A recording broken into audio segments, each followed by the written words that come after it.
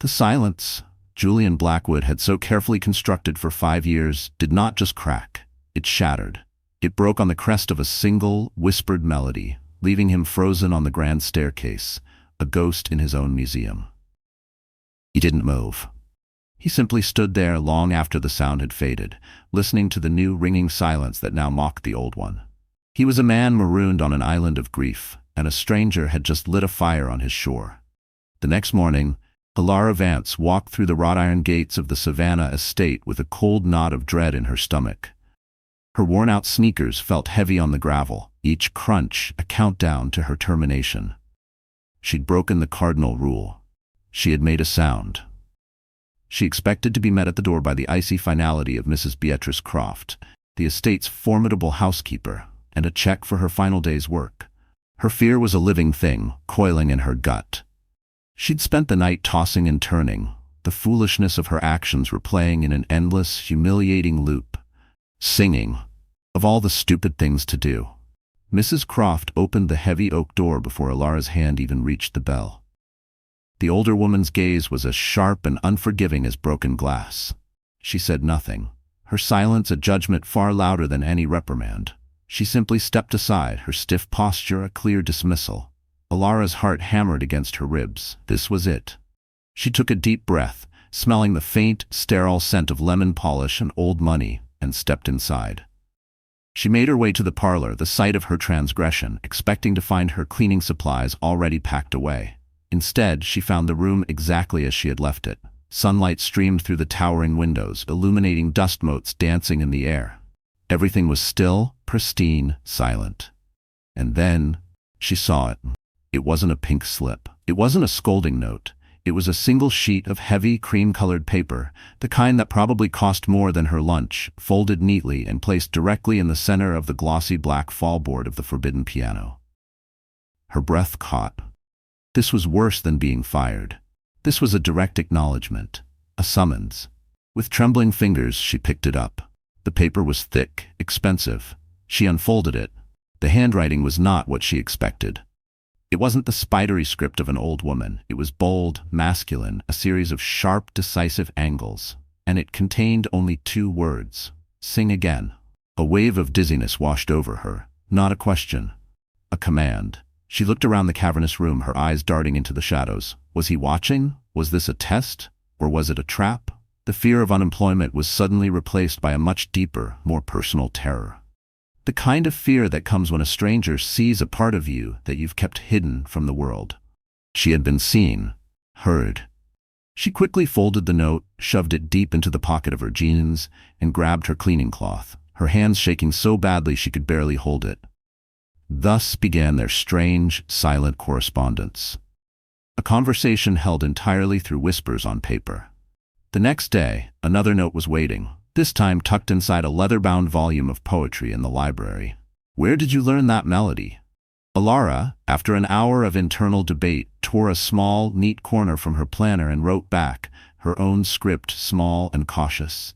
It's just a tune I remember from a long time ago. She left the reply on the same page of the book. This exchange became the new rhythm of her days. His notes, always on that heavy cream paper, would appear in the most unexpected places, propped against a silver candelabra, lying on the arm of a velvet armchair, once even left on the top step of the ladder she used for dusting the high shelves. His curiosity was relentless, bordering on an obsession. He never asked about her, only about the song. What are the other words? Was there a bridge? Does it have a name? She remained evasive, her answers short and non-committal. I don't recall. It's unfinished. I don't know. The truth was, she didn't. But there was another truth she wouldn't admit. This bizarre, clandestine dialogue was the most profound connection she'd had with another human being in years. It was terrifying, and it was thrilling. She was no longer just the help. She was the keeper of a secret that seemed to hold the master of this house in its thrall. While this silent dance unfolded in Savannah, the gears of Julian's other world continued to turn in a steel and glass tower in Atlanta. At the head of a massive mahogany table in the Blackwood Holdings boardroom, Damian Valerius watched his CEO. Damian was a man carved from ambition, dressed in a suit so sharp it looked like it could draw blood. He saw the world not in colors, but in profit margins and vulnerabilities. And for the past 2 weeks, he had seen a vulnerability in Julian Blackwood. Julian was present, but not entirely there. His focus, usually a laser beam that could incinerate a weak argument from across the room, was softened, distracted. He would stare out the window for a beat too long. His responses were as curt as ever, but they lacked their usual brutal precision. Something was off. It was a subtle shift, one that most would miss. But Damien had built his career on noticing the details others overlooked. The quarterly projections for the Savannah division are stable, but I flagged an unusual increase in discretionary spending at the estate, Damien said, his voice smooth as silk, sliding a tablet across the table. Just a minor variance, but I like to keep a tidy ledger. Julian glanced at it, his expression unreadable. It's maintenance. The grounds are extensive. Of course, Damien smiled, a predatory gleam in his eyes. Just ensuring everything is in order, especially with the new staff. Julian's eyes narrowed, just for a second, but it was enough. Damien had his confirmation. The source of the variance, the source of the distraction, was a person. Later that afternoon, in the privacy of his office, Damien made a call. His voice was low, clinical. "I need a full background check," he said to the discreet investigator on the other end of the line. "A new cleaner at Julian Blackwood's private estate in Savannah. Her name is Alara Vance. I want to know everything. Where she eats, where she sleeps, who she talks to. I don't like variables, and she's a variable I intend to solve." Suspicion was Damien's natural state. He treated it not as an emotion, but as a tool. Back in Savannah, the weight of the house's secrets was beginning to feel tangible to Alara. It wasn't just the piano or the secret notes. It was the geography of the place. The West Wing, Mrs. Croft had told her on her second day, was strictly forbidden. "You have your designated areas," the housekeeper had said, her voice leaving no room for questions. "The parlor, the library, the grand hall, the east veranda. You do not, under any circumstances, venture into the West Wing. Mr. Blackwood's orders are absolute on this matter. Especially the study at the end of the hall. That door is to remain closed. Do you understand me, girl?" Alara had simply nodded, but the warning had ignited her curiosity. A locked room. It was the oldest trope in the book, yet it felt potent here in this house of ghosts. Sometimes as she worked, she would find herself at the far end of the grand hall, staring down the long, shadowed corridor of the West Wing. She could just make out the door at the very end, a dark, imposing slab of oak.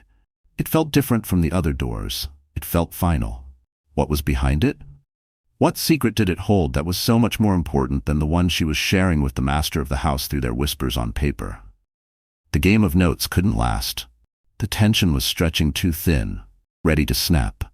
Julian was a man used to getting what he wanted, and what he wanted now were not cryptic, handwritten replies, but answers. Real ones. He had to know. Why did this woman, this stranger, hold the other half of his soul in her throat? He knew her routine. He had spent days listening, not just to her voice, but to the rhythm of her work. The soft scuff of her shoes on the marble, the gentle clink of a bottle, the rhythmic swipe of a cloth against glass. That afternoon, she was in the library. The vast room was quiet, filled with the scent of old paper and beeswax. Sunlight slanted through the massive arched windows, creating golden bars across the Persian rug. She was polishing a collection of silver frames on a side table, her movements methodical, her mind a world away, thinking about a locked door and a man she had never truly met. She didn't hear him approach. He moved with a predator's silence that was unnerving in a man of his stature. She only sensed a shift in the air, a sudden drop in the room's temperature. She looked up and froze, her hand hovering over a silver frame. He was standing in the archway, blocking the light. He wasn't wearing the armor of his corporate suit, just a simple, dark cashmere sweater and trousers. His sleeves were pushed up to his forearms, and his hair was slightly disheveled, as if he'd been running his hands through it. He looked unguarded, more dangerous. Her heart leaped into her throat. This was it. The confrontation. The silent, fragile world they had built on paper was about to come crashing down. He took a single, deliberate step into the room. His eyes locked on hers. His voice, when he finally spoke, was low, a rumbling whisper that seemed to make the very air vibrate. "Why that song, Alara?" The air in the library grew thin, sucked out of the room by the gravity of his question. "Why that song, Alara?" Julian Blackwood's voice was not loud, but it landed with the force of a physical blow. Alara's hand, holding the soft polishing cloth, froze mid-air over a silver frame. Her mind raced, a frantic search for an escape route where none existed. She was caught. The fragile barrier between her life as a cleaner and the life she kept locked away inside her had just been obliterated. All the carefully constructed walls she'd built around her heart, the same way he had built them around his house, felt transparent. I'm sorry, Mr. Blackwood," she stammered, her voice a reedy whisper. It was a pathetic defense, and she knew it. "I didn't mean to be disrespectful. It won't happen again." "That wasn't my question." He remained in the archway, a silhouette against the afternoon sun, his features obscured but his intensity palpable. He took another step into the room, and the light revealed the torment in his eyes. This wasn't the anger of a boss whose rules had been broken. It was something deeper. Something wounded. She swallowed hard, forcing herself to meet his gaze. "The song? I used to teach voice at a community center downtown, before the funding was cut." She felt the need to explain, to give context to her crime. "Sometimes with my students, we'd find pieces of music that felt incomplete, like a sentence without a period. We'd use them as an exercise. Try to imagine how they might end. It was a lesson in storytelling, I guess." She looked down at the rag in her hands. "I kept that one. The melody. It felt like a story that deserved an ending." A long silence stretched between them, thick with unspoken history. He didn't move, just watched her, his expression a mask of stony control. She expected him to dismiss her, to call her explanation foolish. Instead, a flicker of something raw and unguarded crossed his face. A deep, weary sadness that seemed to pull at the very foundations of his composure. "I wrote it," he said, and the three words shattered the last of her defenses. Alara's world tilted on its axis. Her mind reeled, trying to process the impossible truth. The melody wasn't just a random piece of music. It wasn't a forgotten folk song. It was his. A piece of this broken, silent man's soul that she had unknowingly picked up and held in her hands. The intimacy of it was staggering, a violation far greater than simply singing in a forbidden room. "You?" she whispered, unable to form a complete thought. "A long time ago." His voice was rough, heavy with the dust of disuse. He walked over to the tall windows, turning his back to her as he stared out at the immaculate, lonely garden. "I started it for my wife, Genevieve. She loved the piano, but I was the one who played. She said I had melodies in my fingers that I didn't know were there." He paused, his reflection a faint, ghostly image on the glass. "I could never finish it. Not after the accident. The notes just died." The confession hung in the air, fragile and sacred. He had just handed her a piece of his grief, a relic from the life he had sealed away. The mansion, which had always felt like a tomb, suddenly made a terrible, tragic sense. It wasn't just empty. It was haunted by the ghost of an unfinished song. In that moment of shared vulnerability, something compelled Alara to offer a piece of her own broken past. It was a risk, a crossing of yet another invisible line, but his trust demanded something in return. "Music used to be my life too," she said softly, her voice gaining a sliver of its former strength. "It was the only thing that made sense, the only thing I could control when everything else was chaos." She didn't elaborate. She didn't need to. The single word chaos held the weight of her own history, her own losses. He didn't turn around, but she saw his shoulders tense slightly, acknowledging her offering. He understood. In their own separate hells, music had been their only sanctuary. After another long moment, Julian finally turned from the window. The stony mask was back in place, but his eyes held a new light, a flicker of something she couldn't name, an idea, an impulse, a dangerous hope. "Come back on Saturday," he said, his tone shifting back to the familiar cadence of a command. Alara blinked, confused by the abrupt change. "Of course, Mr. Blackwood. I can work weekends if you need." He took a step closer, and for the first time, she saw the full force of his desperate, burgeoning idea. "No," he said, his voice low and intense. "Not to clean. Don't bring your rags or your polish." He paused as if testing the weight of the words before speaking them. "Come back as a musician. Help me finish the song." The audacity of the invitation hung between them, a live wire crackling in the quiet library. It was unthinkable. Preposterous. A billionaire tycoon asking his cleaner to collaborate on the most painful and personal project of his life. Every instinct for self-preservation screamed at her to refuse, to retreat back to the safety of her invisible role, to just keep her head down and her job secure. But the musician inside her, the part of her she thought had died along with her dreams, stirred with a painful, irresistible pull, to touch that piano, to give that melody a voice, to help this man find the end of his story. It was a temptation too powerful to resist. "Okay," she heard herself whisper, the word escaping before she could stop it. "Yes, I will." A flicker of relief, so subtle it was almost imperceptible, crossed his face. He nodded once, a sharp, formal gesture that was at odds with the raw intimacy of his request. As she gathered her things, her mind reeling, he spoke again, his voice stopping her at the door. "Wait." She turned. He hesitated for a moment, then seemed to make another decision. He motioned for her to follow him. He led her out of the library and across the cavernous grand hall, his footsteps echoing on the marble. He walked past the main staircase, past the formal dining room, and toward the one place she had been explicitly forbidden to go, the West Wing. The air grew cooler here, the light dimmer.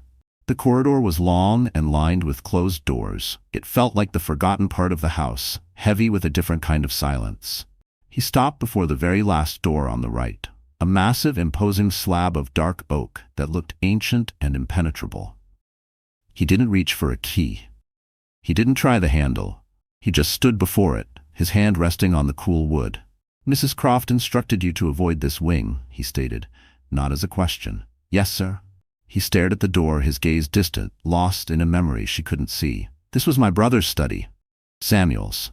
The name was spoken with a mixture of reverence and profound pain. "People said I was the mind of the family, the one who built the empire. But Samuel was the soul. He was the real musician, a prodigy. He taught at the university." Julian's voice grew thick. "This house didn't just die when I lost Genevieve. It died a second time when I lost him." They were in the same car. He was giving her another key, not to the room itself, but to the history that haunted it. He was trusting her with more than just his grief for his wife. He was trusting her with the sacred memory of his brother. It was a staggering weight, a testament to the power of the songs she had sung. It was a plea for help that went far beyond finishing a melody. "I haven't been in this room since the funeral," he said quietly, his hand falling from the door. Maybe someday." He turned and walked away, leaving her alone in the cold, silent corridor, staring at the locked door and grappling with the impossible, terrifying new reality of her life. Miles away, in a minimalist office that overlooked the Atlanta skyline, Damian Valerius set down a thin manila folder on his glass desk. The report from the private investigator was concise and damning. Alara Vance, 28 years old, orphaned at 13, a music scholarship to Juilliard, dropped after the first semester for personal reasons. A nomadic older sister, Serafina, with a string of minor offenses and a history of disappearing. And a brother, Leo, who seemed to have vanished from public records altogether. For the last 10 years, Alara's life had been a patchwork of low-wage jobs, barista, waitress, and now a cleaner for an upscale agency. Damian leaned back in his chair, a cold smile touching his lips. It was perfect. A textbook case. The profile of a classic gold digger. A woman with a tragic past, nothing to her name, who had somehow managed to sink her claws into one of the wealthiest, most emotionally vulnerable men in the country. This wasn't about music, it was about opportunity. She was a threat, not just to Julian's emotional state, but to the very stability of the multi-billion-dollar empire Damian had helped build. A distraction like this could cost them dearly. She had to be removed. Surgically. He picked up his secure phone, his movements precise and unhurried. He scrolled to a number that wasn't listed in his official contacts. A man who specialized in creating narratives, in shaping public perception through the blunt instrument of scandal. Damian's voice was pure steel. "I have a new project for you, in Savannah." He paused, savoring the moment. His name is Julian Blackwood, but he's not the target. The target is a woman named Alara Vance. I want her name attached to his. I want it to look sordid. I want it to be public, and I want it to start now. Find her, photograph her, create a story. I don't care what it takes. Saturday arrived not with the gentle promise of music, but with the undeclared tension of a coming war. Alara felt it in the humid savannah air as she walked up the long gravel drive. Though she couldn't have named the enemy, she wasn't wearing her drab work uniform. Instead, she'd chosen a simple dark green dress, the nicest thing she owned, but it felt hopelessly inadequate as she stood before the colossal front door. This was different. She wasn't an employee today. She was a guest, an accomplice, and the distinction felt like walking on a tightrope suspended over a canyon. Julian opened the door himself, and the awkwardness was immediate and palpable. He, too, was out of uniform, dressed not in a severe suit, but in dark jeans and a soft gray Henley that made him look younger, less like a monument and more like a man. "You came," he said, his voice holding a note of surprise, as if he hadn't truly expected her to show up. "You invited me," she replied, a hint of defensiveness in her tone. They stood in a stiff silence for a moment before he seemed to remember himself. "Of course, come in." He led her not to the grand parlor with its intimidating piano, but to a smaller, sun-drenched room at the back of the house overlooking the gardens. It was the first time she'd seen a space in the mansion that looked truly lived in. Books were stacked on tables, a throw blanket was draped over a comfortable-looking armchair, and two mismatched mugs sat on a small wooden table. "I attempted to make tea," he said, gesturing to a steaming pot. "I can't promise it's any good." A small smile touched her lips. "I'm sure it's fine." It wasn't. It was watery and bitter, but she drank it gratefully. The simple, flawed gesture was more humanizing than anything he had said or done before. They didn't talk about the song at first. Instead, they spoke of small things, the oppressive heat of a savannah summer, the history of the ancient live oaks that shaded the property. He spoke of his life before, not of the tragedy, but of the mundane details, the way Genevieve used to fill the house with flowers, the competitive chess games he and his brother would play for hours. And Alara, in turn, offered small polished stones from the shores of her own past. She spoke of the community center, of the raw, hopeful talent of the kids she taught, of the power of seeing a shy teenager find their voice for the first time. It was a careful dance of disclosure, each of them revealing just enough to show the shape of their scars without exposing the wounds themselves. Their connection, forged in the silence of notes, was now finding its voice in quiet conversation. After a long while, when the bad tea was gone and a comfortable silence had settled between them, Julian stood. "There's something else I need to show you." A knot of anxiety tightened in her stomach, but she nodded and followed him. He led her back into the grand hall and down the long, shadowed corridor of the west wing. Her heart began to beat faster as they approached the forbidden door at the end of the hall. He stopped before it, and from his pocket he produced a single, ornate brass key. It looked ancient, like something from a fairy tale. "You're the first person I've brought here," he said, his voice low. He slid the key into the lock. The sound of the tumblers turning was deafeningly loud, echoing in the hallway like a gunshot. He pushed the heavy oak door inward, and a scent rolled out to meet them, the smell of dust, old paper, leather, and the faint, sweet aroma of wood rosin. The room was a sanctuary frozen in time.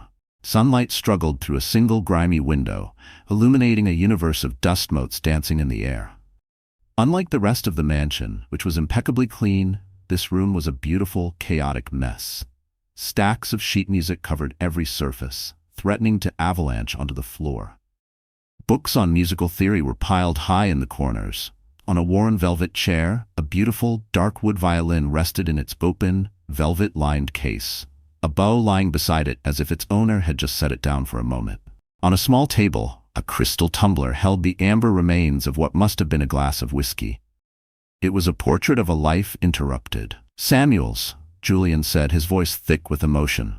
He was composing something the night before the accident. He said it was going to be his masterpiece. He walked over to the desk, his fingers gently tracing the edge of a scattered sheet of music. He saw music everywhere. In the rhythm of the rain, in the cadence of a conversation. He used to say, "I had the head for business, but he had the heart for living." Alara felt like an intruder in a sacred space. This wasn't just a room, it was a memorial, the physical embodiment of Julian's grief. Here in this dusty, forgotten study, she understood the depth of the silence that had consumed him. It wasn't just sadness, it was the absence of this vibrant musical soul. "Thank you for showing me this," she whispered, her voice full of an empathy that went beyond pity. It was the empathy of a fellow survivor. He turned to her, his eyes glassy with unshed tears. I thought maybe, to finish my song, I had to be willing to enter his room first, to face his music before I could face my own." In that moment, a profound connection formed between them, a silent understanding that transcended their different worlds. They weren't a tycoon and a cleaner. They were just Julian and Alara, two people who had lost their music and were trying against all odds to find it again. But peace is a fragile thing, and the world Julian had tried so hard to shut out was about to kick his door in. His phone buzzed on the desk, a harsh, intrusive sound in the hallowed quiet of the room. He ignored it. It buzzed again, more insistently. And again. With a sigh of irritation, he glanced at the screen. "Mrs. Croft?" She never called unless it was an emergency. "What is it, Beatrice?" he answered, his tone clipped. He listened, his face slowly hardening, the brief warmth draining away to be replaced by a familiar glacial fury. "Send me the link," he said, his voice dangerously low, and hung up. A second later, the link arrived. He tapped it, and the screen lit up with the garish colors of a notorious online gossip rag. The headline screamed in bold, trashy font, "Grieving Tycoon's Secret Romance. Julian Blackwood finds comfort with the mystery woman at his secluded estate." Below it was a photograph. A grainy, long-lens paparazzi shot, clearly taken from a distance. It showed him and Alara in the garden a few days ago. He was laughing, a real, genuine laugh, at something she had said. Her own face was alight with a soft, unguarded smile. An innocent moment, twisted by the accompanying text into something sordid and transactional. The article was a masterpiece of innuendo, painting Alara as a cunning social climber, a former voice coach with a troubled past, who was preying on a vulnerable, grieving billionaire. It hinted at her being a live-in companion, a threat to the stability of his empire. He didn't need to read the whole thing. He knew exactly who was behind this. The calculated cruelty, the strategic leak, the weaponization of his grief, it all had the fingerprints of one man. Damien. The war had begun. The emergency board meeting was convened via secure video conference within 2 hours. Julian's face appeared on the massive screen at the head of the boardroom table in Atlanta, a cold, digital ghost haunting his own company. Damien Valerius was the picture of feigned concern. He started the meeting by expressing his deepest sympathies for the unwarranted intrusion into Julian's private life. Then, with the precision of a surgeon, he began to cut. "Gentlemen," he said, his gaze sweeping across the grim-faced board members, "this is not merely a matter of gossip. This situation presents a significant threat to shareholder confidence." He gestured to the screen, where the offending article was displayed. "We are fielding calls from our top investors. They are concerned about stability. They are concerned about Julian's focus. They see this entanglement as a sign of erratic behavior." He let the words hang in the air. He didn't need to call Alara a gold digger. The article had already done that for him. All he had to do was frame the narrative in the language the board understood. "Risk." "Julian," Damien said, his voice now laced with a false sincerity that made Julian's blood run cold. "We have always stood by you, through everything. But the board has a fiduciary duty to protect this company. We need your assurance that you are still capable of leading us. We feel this distraction must be resolved immediately.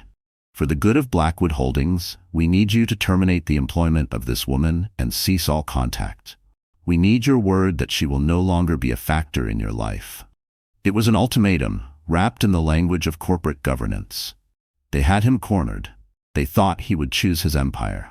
It was the only logical choice. Julian was silent for a full minute, his impassive digital face staring out at them. He watched them all, one by one, letting the weight of their demand settle in the sterile, air-conditioned room. His gaze finally landed on Damien, and a slow, cold smile touched his lips. It was a terrifying sight. "You're right, Damien," he said, his voice calm, yet carrying across the room with lethal force. "A choice must be made." He leaned forward, his eyes seeming to bore through the screen. "For 5 years, I have built my legacy on the foundations of my grief. On silence, on the cold, hard logic of numbers. I have honored the dead by entombing myself with them. He paused, letting his words sink in. This woman, this distraction as you so eloquently put it, is the first honest sound I have heard in my house since my brother last drew a bow across the strings of his violin. She is the first person to see the man, and not the monument. He stood up, his sudden movement causing the camera to jerk. So, I will make my choice. You can have the company. You can have the stock prices, the quarterly reports, and the silence. You can have the tomb. He looked directly at Damien, his voice dropping to a near whisper. Effective immediately, I resign from the board of directors and as CEO of Blackwood Holdings. My legacy will not be the numbers in your ledger. My legacy will be the choice I make today, the choice to save a human soul, starting with my own. He reached out and ended the video call, plunging the boardroom into a stunned, deafening silence. Back in the dusty, sacred quiet of his brother's study, Julian Blackwood picked up his personal phone. His thumb trembled slightly as it hovered over the screen. He didn't call his lawyer. He didn't call his security team. He called Ilara. He didn't go back to the mansion. After ending the call that detonated his life, Julian Blackwood didn't drive toward the silent, manicured estate that had served as his fortress for 5 years.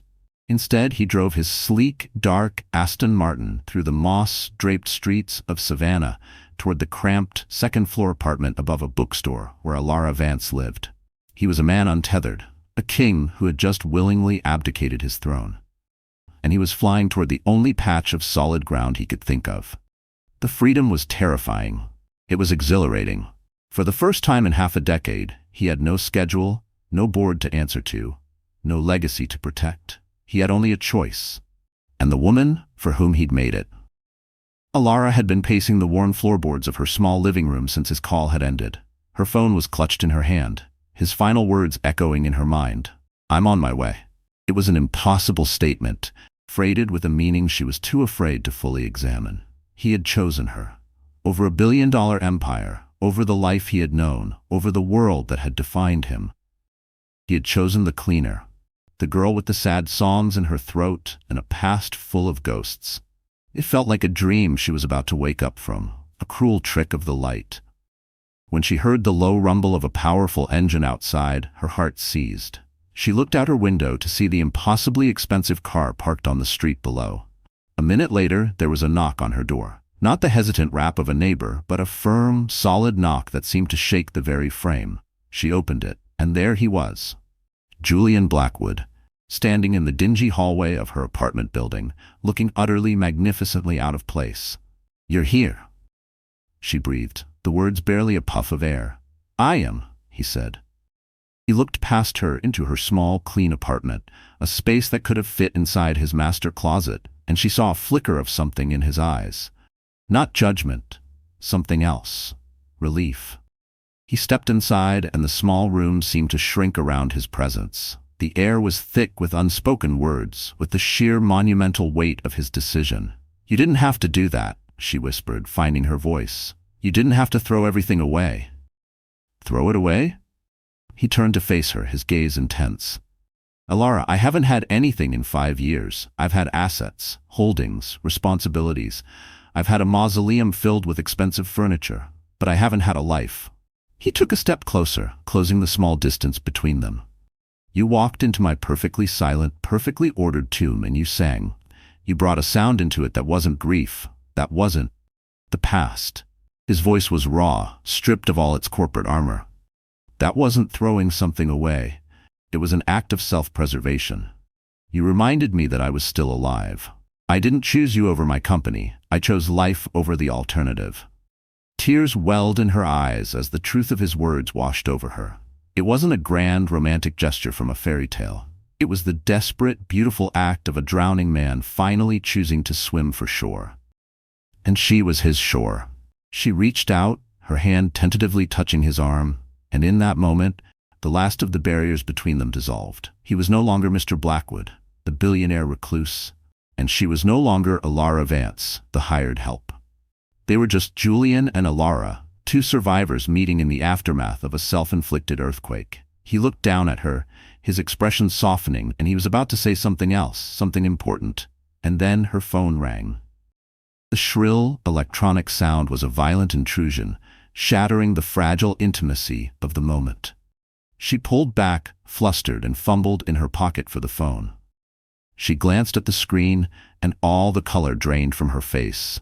The name on the display was a ghost from a life she had tried to bury. Leo. Julian saw her expression instantly. Alara? What is it? She couldn't speak. Her thumb trembled as she answered the call, pressing the phone to her ear with a sense of profound dread. Leo? She said, her voice barely audible. The voice on the other end was ragged, frantic, a voice she hadn't heard in almost 3 years. It wasn't the voice of her older brother, the one who was supposed to protect her. It was the voice of a man at the end of his rope. Alara? Thank God. I didn't know who else to call. Leo, what's wrong? Where are you? It's Serafina, he said, and Alara's blood ran cold. Her sister. The beautiful, chaotic storm who had wrecked all of their lives. She's gone again, Alara. She disappeared, packed a bag, and left in the middle of the night. Alara squeezed her eyes shut. It was the old familiar story, the cycle of hope and abandonment that had defined her childhood. I'm sorry, Leo. I truly am. But what do you want me to do? There was a choked sob on the other end of the line. She left her, Alara. She left the kid. Alara's mind went blank. What kid? What are you talking about? Willow. Leo's voice cracked. Her daughter. My daughter. She's 5 years old, Alara. And Sarah just walked away from her. The floor seemed to drop out from under her. A niece. A 5-year-old niece she had never met. And Leo? Leo was her father? The pieces of her shattered family were reconfiguring themselves into a new, even more horrifying mosaic of pain. Leo, I don't understand. There's nothing to understand, he snapped, his voice thick with desperation and self-loathing. I can't do it, Alara. Look at me. I'm a mess. I can't be a father. I can't be what she needs. I don't have a place to live that isn't some friend's couch. He took a ragged breath. I'm putting her in a taxi. I saw the papers, the gossip sites. I know where you work. I'm sending her to the Blackwood estate. No, Alara cried out, the sound torn from her throat. Leo, you can't. You can't do that. I already did, he said, his voice flat with defeat. The car is on its way. You're with a billionaire, aren't you? He can afford it. I'm sorry, Alara. I'm so sorry. The line went dead. She stood frozen, the phone still pressed to her ear, the dial tone a mournful wail. She was vaguely aware of Julian stepping forward, his hands on her shoulders, his voice a concerned murmur, but she couldn't process his words. Her past had just caught up with her. It had a name. Willow, and it was coming for her in a taxi. All her insecurities, all her fears of being a burden, of her messy, broken family, poisoning this one fragile chance at happiness, had just become a 5-year-old reality. He's sending a child, she whispered, her eyes wide with horror as she looked at Julian. My niece. He's sending her to your house. Julian's face was a mask of confusion, but before he could ask for an explanation, she was already grabbing her keys. We have to go. We have to stop it. They raced back to the estate, the drive a blur of green trees and panicked silence. As they turned onto the long, private road leading to the mansion, they saw it. A canary-yellow taxi was parked just outside the imposing iron gates, its hazard lights blinking rhythmically like a cynical, mocking heartbeat. Alara's own heart stopped. They were too late. As Julian brought his car to a halt, the taxi driver got out. He looked nervous, out of his depth. He opened the back door, and after a moment of coaxing, a tiny figure emerged. She was so small. Impossibly small against the backdrop of the colossal mansion. She had a wild mane of dark, curly hair that fell into her eyes, and she was clutching a gray, tattered stuffed elephant with one eye and a missing ear. She wore a faded pink t-shirt and mismatched socks. She just stood there on the gravel, her small shoulders hunched, staring up at the house as if it were a monster from a nightmare. She didn't cry. She didn't speak. She just stood, a tiny, abandoned ship in a vast and terrifying ocean. Alara couldn't move. She was paralyzed, rooted to the spot on the front steps of the mansion. This was her family's shame, her past, delivered to her doorstep like an unwanted package. It was everything she had run from. This child was the living embodiment of the chaos she thought she had escaped, and she had brought it right here, to the home of the man who had just sacrificed everything for a taste of peace. She was going to ruin him. She knew it. But Julian didn't see a complication. He didn't see a burden. He saw a child. While Alara stood frozen in her own personal horror, he did the most unexpected, most extraordinary thing. He walked past her, his face calm and resolved. He went down the stone steps, across the manicured lawn, and onto the gravel drive. He didn't stop until he was standing in front of the little girl.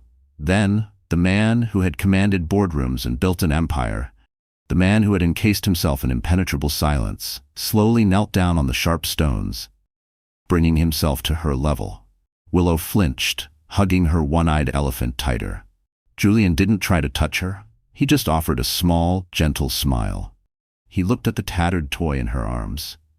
"He looks very brave," Julian said, his voice softer than Alara had ever heard it. "He looks like he's been on a lot of grand adventures." The little girl just stared at him, her wide, dark eyes filled with a terror so profound it made Alara's chest ache. Julian looked up from the child to Alara, who was still standing on the steps, her hand over her mouth. He saw the panic, the shame, the despair warring on her face. He saw that she believed this was the end. And in that moment, he made another choice. He reached out a hand, not to the child, but gesturing back towards Alara, an anchor in the storm. "It's okay," he said, his voice carrying across the distance, steady and certain. Then he turned his gaze back to include the small, trembling girl, uniting the three of them into an unspoken, instantaneous new entity. "You're not alone in this, Alara," he said, his voice ringing with a conviction that cut through her fear. "We're not alone." He had chosen life, and life, in all its messy, unpredictable glory, had moved in. The Blackwood estate, once a mausoleum of grief curated by the hour, was now a home. The oppressive, cathedral-like silence that had once been Julian's most loyal companion had been overthrown, not by a hostile takeover, but by the chaotic, joyful symphony of a 5-year-old girl. They were trying to build a family inside the quiet walls of the estate, but the world Damian Valerius commanded was preparing to burn it down. The new music of the house was a revelation. It was the sound of Willow's pealing laughter as Julian, the former titan of industry, lay sprawled on a priceless Persian rug, utterly defeated by the complex assembly instructions for a pink plastic castle. It was the soft thud of her small, mismatched socks on the marble floors as she chased a sunbeam, convinced it was a magical creature only she could see. It was the endless loop of a cartoon theme song, a relentlessly cheerful tune that would have been grounds for immediate dismissal just months ago, but now served as the mansion's unofficial anthem. Alara, too, had found her voice again. Not the whispered, hesitant notes she had first let slip in the parlor, but full, warm lullabies she sang to Willow at bedtime, her voice filling the hallways with a tenderness that soothed the old ghosts. She was no longer just a cleaner or a secret singer. She was becoming a mother in every way that mattered. Her days were a blur of mismatched socks, peanut butter sandwiches cut into star shapes, and endless questions about why the sky was blue and if squirrels had feelings. It was exhausting. It was terrifying. It was the most profound happiness she had ever known. Even the formidable Mrs. Croft had thawed, her stern demeanor cracking around the edges. Alara once walked into the kitchen to find the housekeeper staring at a new piece of art taped to the gleaming Sub-Zero refrigerator, a waxy, crayon rendering of a purple elephant, signed with a backwards W for Willow. A small, genuine smile touched the corners of Mrs. Croft's lips before she noticed Alara and quickly composed herself. But the moment was a quiet testament to the small girl's transformative power. This new family was a fragile, beautiful ecosystem, thriving in the controlled environment of the estate. But the walls could not hold back the world forever. The assault, when it came, was quiet and insidious.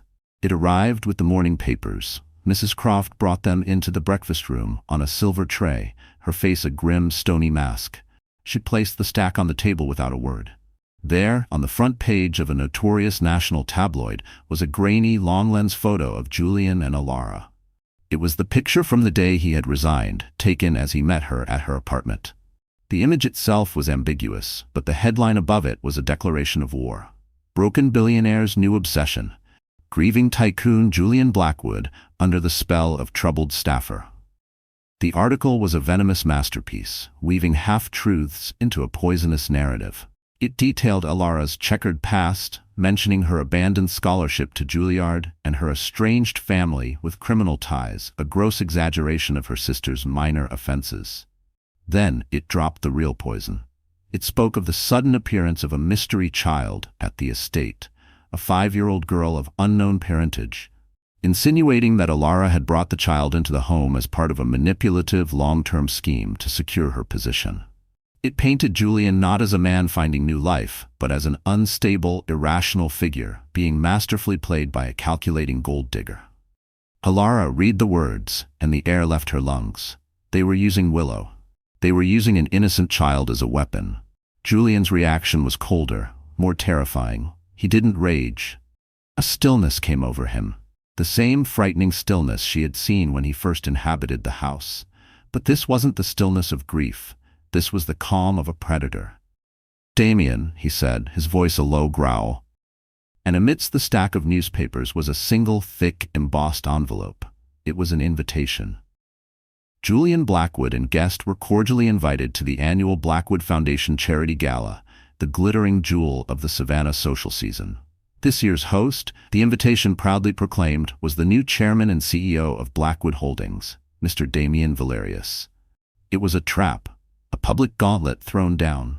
If they didn't attend, their absence would be seen as an admission of guilt, a confirmation of the sordid rumors. They would be hiding. If they went, they would be willingly walking into a gilded cage full of wolves, to be paraded, judged, and devoured. Julian stared at the invitation, his jaw tight. "We don't have to go." Alara looked from the vicious headlines to the elegant, mocking script of the invitation. For years, her survival had depended on being invisible, on fading into the background. But that life was over. Invisibility hadn't protected her, and it certainly wouldn't protect the little girl sleeping peacefully upstairs. She set her chin, a defiant fire lighting in her eyes. "Yes, we do," she said, her voice steady and clear. "Let them look, Julian. Let them whisper. I am done being a secret. We are not a scandal. We are a family, and it's time they saw what that looks like." The night of the gala, the Charleston Club was a glittering spectacle of old money and new power. Chandeliers dripped crystals, champagne flowed like water, and the air hummed with the quiet, brutal calculus of social hierarchy. When Julian and Alara walked in, a hush fell over the room. It was the moment everyone had been waiting for, the main event. Julian was a fortress in a perfectly tailored charcoal suit, his face an unreadable mask of aristocratic indifference. But Alara, in a simple yet breathtakingly elegant emerald green dress that brought out the fire in her eyes, was the real surprise. They had expected a tramp, a gaudy, over-eager girl. They were met with a queen. She held her head high, her posture radiating a strength that belied the terrified fluttering of her heart. Her hand, however, gripped his arm with a desperate tightness. The whispers followed them like a trail of smoke. "That's her? The cleaner? He gave up the entire company for that? I heard the child isn't even related to her." Damien Valerius, all charm and venom, was the first to greet them. He glided through the crowd, a shark in a sea of guppies. "Julian, I'm so glad you could make it," he said, his smile too wide, his eyes cold as a morgue slab. "I was worried you'd be too preoccupied." His gaze slid pointedly to Alara. "And this must be the famous Miss Vance, the voice that launched 1,000 ships and sank one very large one." Julian's hand clenched into a fist at his side, but before he could speak, Alara met Damien's gaze without flinching. "It's a pleasure to finally meet the man who felt so threatened by a song," she said, her voice calm and even. Damien's smile faltered for a fraction of a second. He quickly recovered, raising his champagne flute. "Tche, a woman with spirit. I can see the appeal." He turned to the small circle of onlookers that had gathered. A toast to new beginnings, however unconventional. The insult landed, a public branding. Julian steered her away, his jaw a rigid line of fury. But the evening was a relentless assault. They were paraded, questioned, and judged by people who smiled to their faces while dissecting them in whispers. Finally, unable to breathe in the suffocating atmosphere of malice, Alara excused herself, murmuring something about needing some air. She found a small, secluded balcony overlooking the glittering city. The cool night air felt like a balm on her feverish skin. She gripped the cold stone railing, closing her eyes, trying to fight back the tears of frustration and humiliation. She thought she could handle it. She was wrong. Alara? Julian's voice came from behind her. He had followed her. I'm fine, she said, not turning around, her voice thick. No, you're not. He came to stand beside her, not touching, just a solid, comforting presence in the darkness. What they're doing, it's despicable. Her composure finally broke. They look at me and they see a story, Julian, a scandal, a gold digger who trapped a grieving man. They don't see me. Her voice cracked. And what happens when Willow is old enough to understand? What happens when some kid at school shows her one of these articles? How do I protect her from this poison? He was silent for a long moment. Then he stepped in front of her, gently taking both of her hands in his. His gaze was fierce, unwavering. We don't protect her by winning their approval. We'll never have that. We protect her by making their opinions irrelevant. We build a fortress of love and truth around her so strong that their whispers can't penetrate the walls. We teach her that her worth isn't determined by her last name or her origins, but by the strength and kindness of her own heart.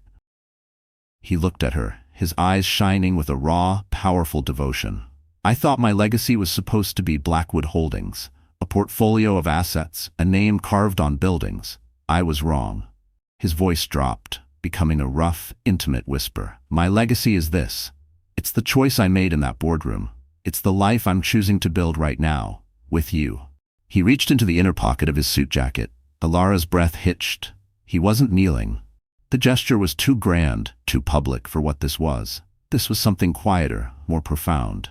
He stood before her an equal and opened a small black velvet box. Inside, nestled on the satin, was a simple ring. A delicate brushed gold band, unadorned by any diamonds. It was simple, elegant, and honest. Marry me, Alara, he said, his voice raw with an emotion that stripped away every last vestige of the cold tycoon. Not Julian Blackwood, the former CEO. Not the man from the tabloids. Marry Julian, the man who was a ghost until you woke him up. Marry me, and let's show them what a real legacy looks like. Let's build our home. She stared at him, tears now streaming freely down her cheeks, the noise of the party behind them fading into an insignificant buzz. The chaos of the night, the war they had just waged, all of it receded, leaving only this one perfect, terrifying question hanging in the cool night air. The ring on Alara's finger felt like both a promise and a target. In the quiet aftermath of the Blackwood Foundation Gala, as the whispers of Savannah's elite faded into the background, a fragile peace settled over the estate. It was the peace of a battlefield after the cannons have fallen silent. The ground was scarred, the air still smelled of smoke, but for the first time, there was hope for a new season of growth. Her answer on that moonlit balcony had not been a joyful shout, but a trembling, resolute yes.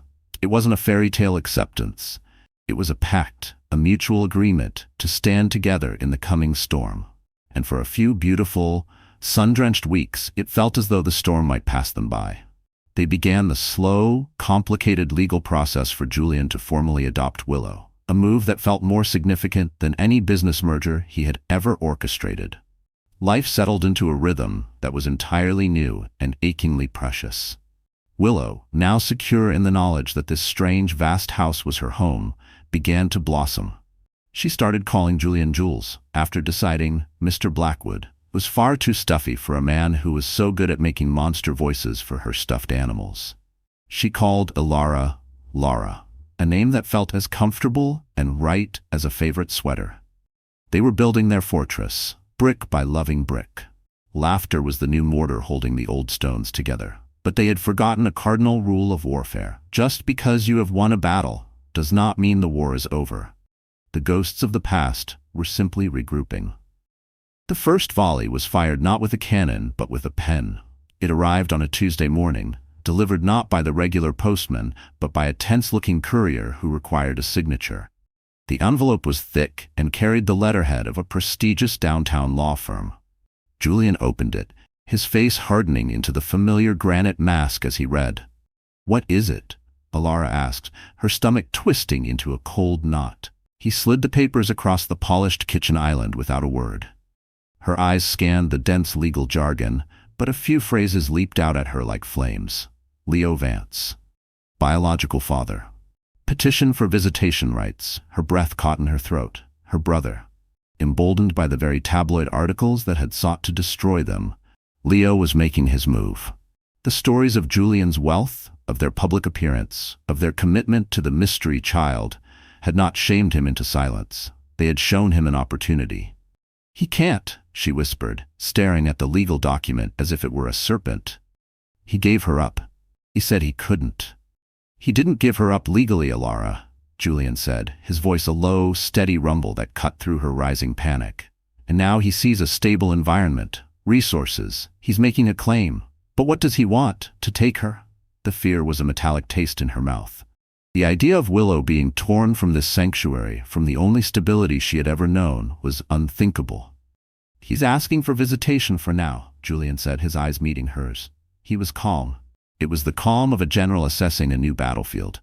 "We'll fight it. Our lawyers will handle it. We have the resources. More importantly, we have the moral high ground. We are the ones who stayed."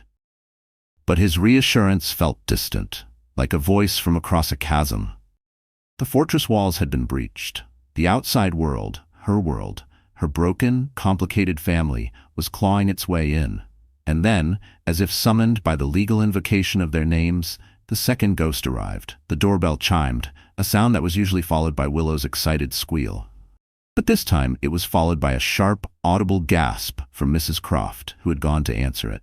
"Ma'am, Mr. Blackwood," the housekeeper called, her voice tight with a rare and unsettling confusion. Alara and Julian exchanged a worried glance and walked into the grand foyer.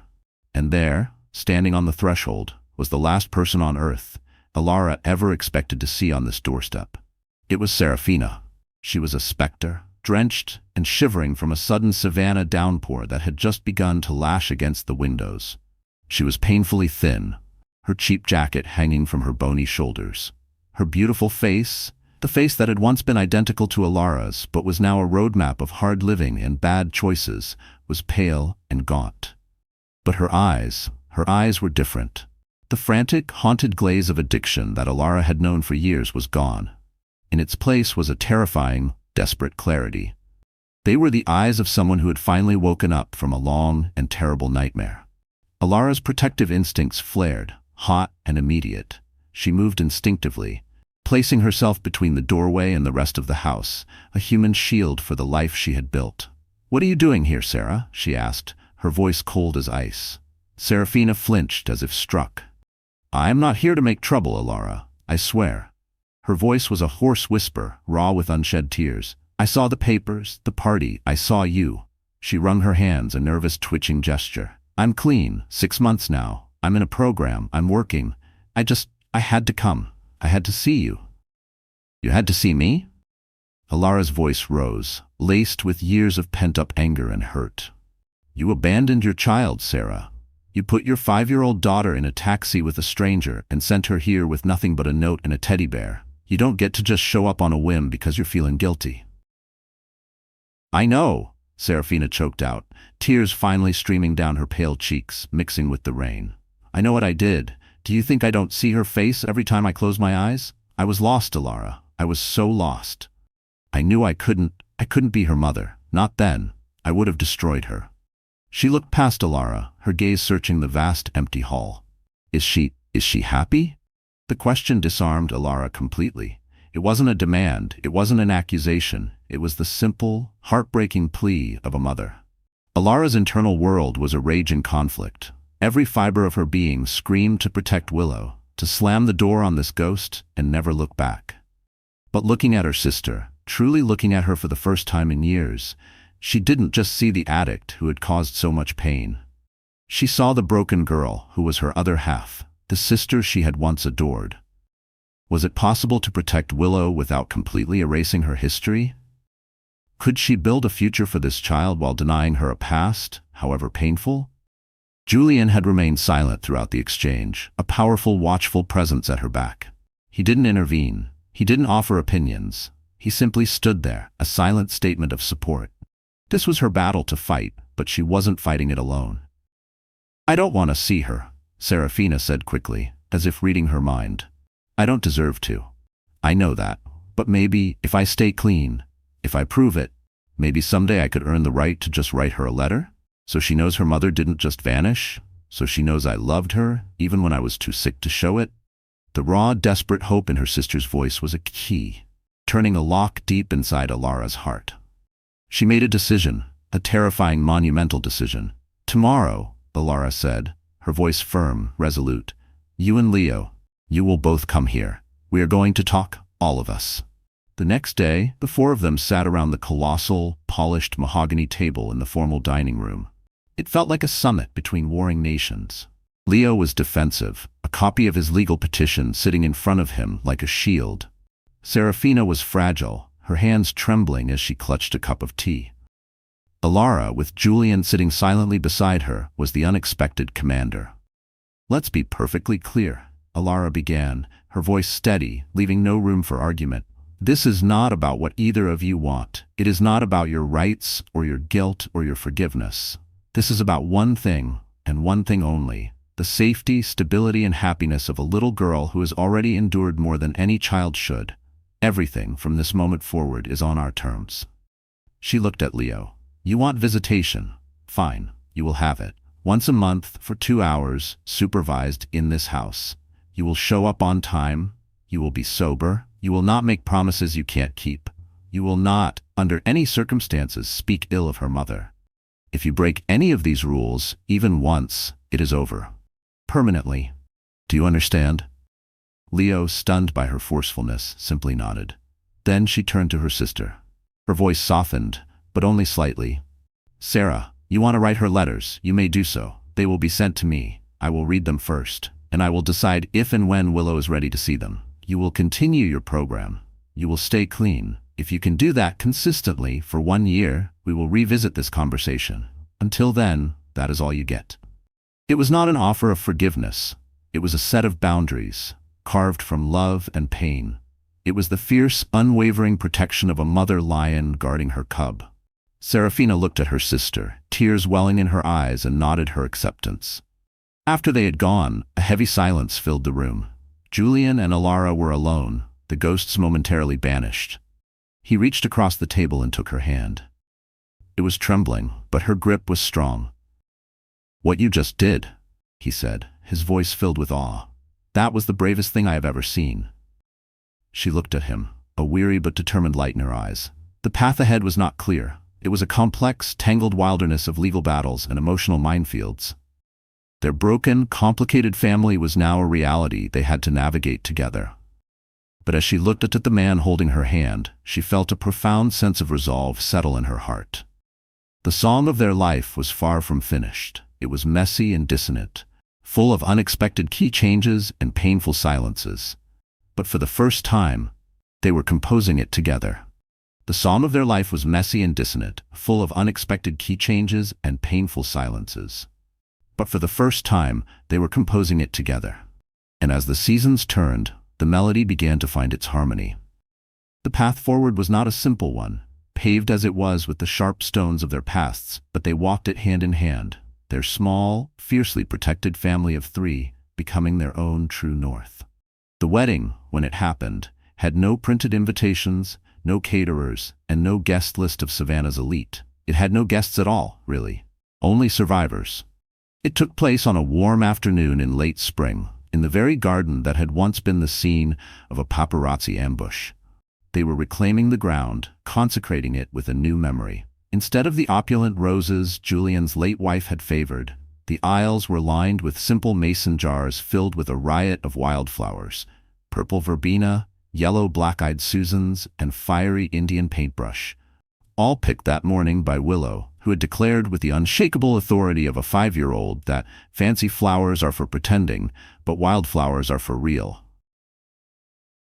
The attendees were a testament to their journey. Mrs. Beatrice Croft sat in the front row, her stern posture for once softened, dabbing at the corners of her eyes with a lace handkerchief she pretended was for the sun. Beside her sat Leo, Alara's brother, looking awkward and out of place in a borrowed suit, his presence a symbol of a fragile but developing truce. He was here, not as a threat, but as Willow's father, a man tentatively finding his way back into a family he had helped to break. Willow herself was the flower girl, a vision in a pale yellow dress, her dark curls tamed by a ribbon. In one hand, she clutched a basket of white jasmine petals. In the other, she held fast to her tattered one-eyed elephant, who she had insisted was the official ring-bearer. And standing at a respectful distance, partially shielded by the ancient hanging moss of a live oak at the edge of the property, was Serafina. She was sober, she was present, and she was honoring the painful boundary they had all agreed upon. She was a silent, tearful witness to the life her daughter would now have, a life she had given up in order to save it. It was a moment of profound sadness and even more profound grace. There was no grand procession. The ceremony began when Julian, looking devastatingly handsome and utterly at peace, in a simple linen shirt and trousers, walked to the floral arch and turned to wait. A moment later, a soft chord sounded from a small speaker hidden in the bushes, the opening notes of their psalm played by Julian himself, recorded just an hour before. And Alara emerged from the house. She wore a simple, unadorned ivory dress that skimmed her ankles, her feet bare on the soft grass. Her hair was down, and in her hands she held the small, chaotic bouquet of wildflowers Willow had arranged for her. She walked toward Julian, her eyes locked on his, a serene, radiant smile on her face. He didn't smile back, not at first. He just watched her, his expression one of such raw, undisguised adoration that it made Mrs. Croft's quiet sniffles turn into a full, undisguised sob. When she reached him, he took her hand, their fingers lacing together as if they had been carved from the same piece of wood. A kind, elderly minister, a friend of the family from years past, stood before them. He didn't speak of perfect unions or fairy tale endings. He spoke of kintsugi, the Japanese art of repairing broken pottery with gold, making it more beautiful for having been broken. Then he looked at them and asked for their vows. They weren't pre-written platitudes. They were promises forged in fire. Julian spoke first, his voice low and steady, a resonant anchor in the warm afternoon air. "Alara," he began, his eyes never leaving hers. "I don't promise you a life without storms. We both know they will come. But I promise I will no longer try to build walls to keep them out. Instead, I will be your wall. I promise to never again choose silence when my heart needs to speak. I promise to honor the incredible strength that brought you to my door, and to spend the rest of my life being worthy of it." He glanced at Willow, who was now carefully arranging jasmine petals on her elephant's head. "And I promise to be the father she deserves. I promise to protect this home, this life, this family you have given me, with everything that I am." Tears streamed down Alara's face as she began her own vows, her voice trembling but clear. "Julian," she said, squeezing his hand, "you found me when I was invisible. You heard me when I was silent. I promise to always hear the music in you, especially when you've forgotten it's there. I promise to trust in the light, even when the shadows of the past are long. I promise to fill this house with laughter and song, and to love our messy, complicated, beautiful family with my whole heart." She smiled through her tears. "I promise to stand with you, always, and to help you face whatever ghosts come knocking at our door." The exchange of rings was a quiet, sacred moment.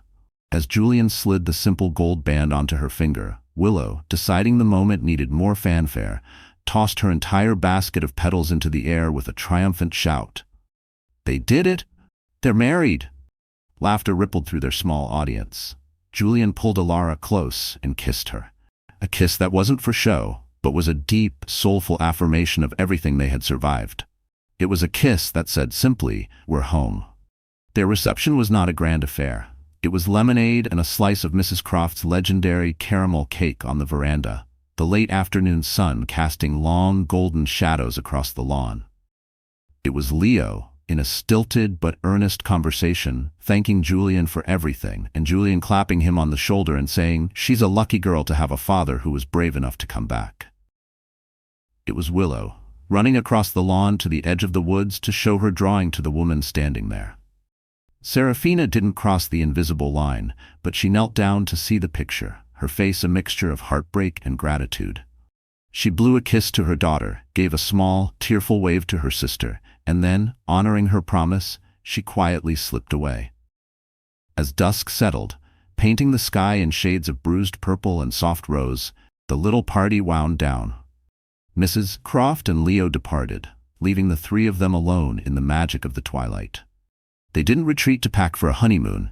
They were already where they needed to be.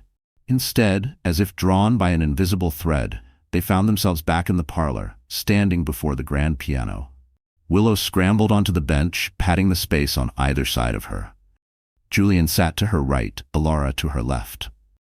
"The song," Alara said softly, her fingers tracing the ivory keys. "The one you started." Julian looked at her, then at the small, vibrant girl between them, and a slow, genuine smile spread across his face. "I think it's finally finished," he said. His fingers found the keys, and the familiar, melancholy notes of the opening verse filled the room. But the melody was no longer tinged with the bitterness of grief. It was a prelude, a memory of the silence that had come before the music. And then Alara began to sing. She sang the first verse, the words that had cracked open his frozen heart. "I could have been the song you never heard." But then her voice swelled, weaving a new verse into existence, one born not of loss, but of discovery. "But you're the note I finally found, a quiet chord on holy ground." Julian joined in then, his own voice, a little rusty but full of warmth, harmonizing with hers. Their voices intertwined, creating a new melody, a new bridge that spoke of forgiveness and second chances. "We'll build a home from broken seams, and live inside our waking dreams." They were no longer just singing about a song, they were singing about their life. The final verse was a promise, a quiet prayer sung together, their voices filling the once silent mansion with a love so profound it felt like the house itself was breathing with them. "This isn't the end, we've just begun, our new song in the setting sun." The final chord rang out, hanging in the warm, still air, before fading into a comfortable, contented silence. It wasn't the empty silence of absence. It was the full, peaceful silence that comes after a beautiful piece of music has ended. Willow, who had been diligently scribbling on a piece of paper on the piano lid, held up her latest masterpiece. It was a crayon drawing of 4 figures. A man with dark hair sat at a piano. A woman with an emerald dress stood beside him, a music note floating above her head. A little girl with a wild mess of dark curls held a one-eyed elephant. And a 4th figure, a woman with sad but smiling eyes, stood a little off to the side, under a rainbow. Below it all, in wobbly 5-year-old letters, Willow had written a single word: home. Julian wrapped his arms around Alara and Willow, pulling them close. The 3 of them sat there for a long time, a strange, beautiful, perfectly imperfect chord. The ghosts were not gone, they never would be. But they no longer haunted the hallways. They were simply part of the story, part of the complex, beautiful, and finally finished song. So my dear friends, our story draws to a close. And if you're still here with me now, truly, thank you. It means something inside this tale reached into your heart, maybe even stirred something quiet and aching deep within. So let's pause together, just for a moment, and breathe in what this all means. This wasn't just a story about betrayal or heartbreak. It was about the silent courage it takes to keep going when the world folds in. About the unexpected ways connection can blossom even in the loneliest corners of our lives. And above all, it was a story of healing. The ancient Stoics believed that what wounds us can also shape us. As Marcus Aurelius once wrote, "The impediment to action advances action. What stands in the way becomes the way." We've seen that in Alara's quiet resilience and Julian's breaking silence. In their separate solitudes, something brave and beautiful began to grow. So, if you're facing something heavy, grief, regret, change, maybe it's not the end. Maybe it's the start of something you don't yet understand. Maybe like Alara, you're being seen at last. Or like Julian, you're finally listening again. If you felt something during this story, if a single word touched you, do us a small favor. Like this video, share it with someone who needs to hear it, and subscribe to the channel. Not because algorithms demand it, but because maybe, just maybe, stories like this help us feel a little less alone in the world. And hey, we're still here, aren't we? You and me. Until next time, take care of that heart of yours. It's braver than you know.